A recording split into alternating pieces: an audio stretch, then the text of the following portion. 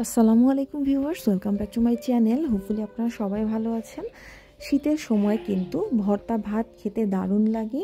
শীতের সকালে গরম গরম ভাতের সাথে যে কোনো প্রকার ভর্তা হলেই কিন্তু একেবারে জমে যায়। আজকে আমি একটি মজাদার ভর্তার রেসিপি আপনাদের সাথে শেয়ার করব।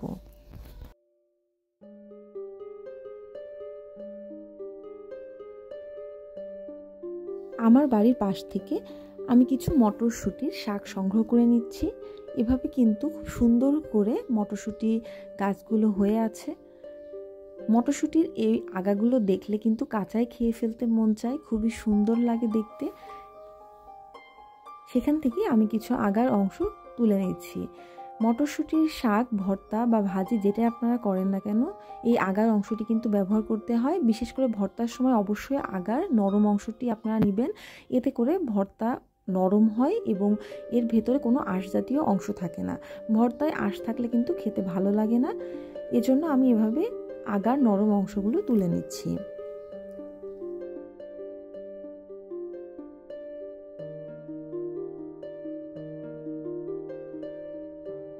গ্রামে সাধারণত এভাবে বাড়ির পাশে কিন্তু মটরশুঁটির ক্ষেত থাকে, সেখান থেকেই গৃহিণীরা এক মুঠো দুমুঠো এভাবে শাকগুলো তুলে নিয়ে বাসায় গিয়ে ভর্তা করে থাকেন। তাদের কিন্তু একবেলার খাবার হয়ে যায় এই শাক ভর্তা দিয়েই।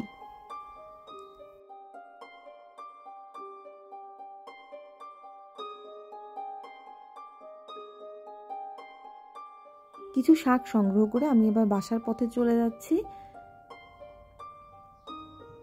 পথেই কিন্তু একটি কাঁচামরিচের ক্ষেত মিলল, সেখান থেকে আমি কিছু কাঁচামরিচও সংগ্রহ করে নিলাম। এভাবে একেবারে ফ্রেশ মটরশুঁটির শাক এবং ক্ষেত থেকে তোলা কাঁচামরিচ দিয়ে ভর্তা করলে কিন্তু শাক ভর্তাটি খেতে দারুণ লাগবে। সেটি আজকে আমি করব। কিছু কাঁচামরিচও আমি এখান থেকে তুলে নিচ্ছি।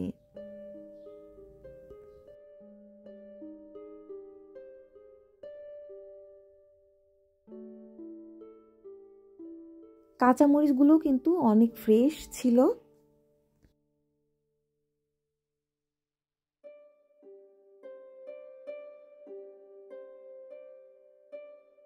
গ্রামে সাধারণত এভাবে মাটির চুলাতেই কিন্তু রান্না করা হয়। আমি মাটির চুলাতে ভাত বসিয়ে দিয়েছি।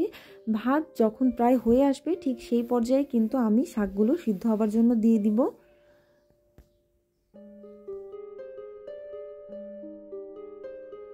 আপনারা চাইলে শাকগুলো কিন্তু পানিতে সিদ্ধ করেও ভর্তা করতে পারেন, তবে সেই ভর্তাটি খেতে অতটা টেস্টি হয় না। এভাবে ভাতের ওপর যদি আপনারা শাকগুলো দিয়ে সিদ্ধ করে নেন তাহলে কিন্তু ভর্তাটি খেতে দারুণ লাগে।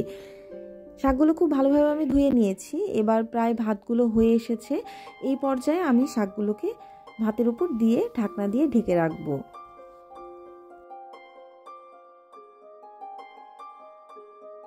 চুলার জাল একেবারে লোতে রেখে আমি শাকগুলো দিয়ে 15 থেকে 20 মিনিট সময় চুলার উপর ভাতের হাঁড়িটি বসিয়ে রাখবো। এতেই করে কিন্তু শাকগুলো খুব ভালোভাবে সিদ্ধ হয়ে আসবে। এ পর্যায়ে আমি কিছু কাঁচামরিচও সিদ্ধ হবার জন্য বসিয়ে দিয়েছি। চুলার ঢাকনা দিয়ে আমি এভাবে অপেক্ষা করব। এতে করে কিন্তু শাক এবং মরিচগুলো খুব ভালোভাবে সিদ্ধ হয়ে যাবে।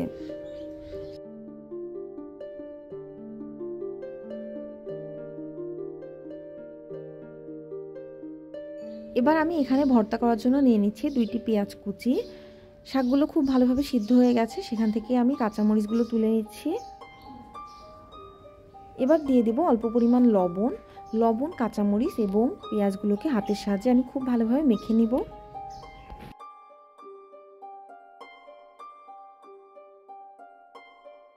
যে কোনো প্রকার ভর্তার টেস্টই কিন্তু হাতে মাখার উপর নির্ভর করে। আপনারা হাতের সাহায্যে যত সুন্দর করে ভর্তাটি এবং যত্ন সহকারে ভর্তাটি মাখবেন, ভর্তার টেস্ট কিন্তু ততটাই ভালো আসে। খুব ভালোভাবে আমি পেঁয়াজ মরিচ এবং লবণ দিয়ে মেখে নিব। এরপরে আমি এর মধ্যে দিয়ে দিব সরিষার তেল। এখানে আমি ঘানিতে ভাঙা খাঁটি সরিষার তেল ব্যবহার করছি। আপনারাও একটি ভালো মানের সরিষার তেল ব্যবহার করবেন, এতে করে কিন্তু ভর্তার টেস্ট অনেক ভালো হয়। সরিষার তেল দিয়ে আমি আবারও পেঁয়াজ মরিচের সাথে খুব ভালোভাবে মিশিয়ে নিব। খুব ভালোভাবে এই ভর্তাটি করার পরে আমি এর মধ্যে দিয়ে দিব সিদ্ধ করে নেওয়া মটরশুঁটির শাকগুলো। মটরশুঁটির শাকগুলো দিয়ে আবারও হাতের সাহায্যে আমি খুব ভালোভাবে ভর্তাটি মেখে নিচ্ছি। আপনারা যারা এখনও আমার চ্যানেলটি সাবস্ক্রাইব করেননি অবশ্যই সাবস্ক্রাইব করে আমার পাশে থাকবেন। Thanks for watching my video.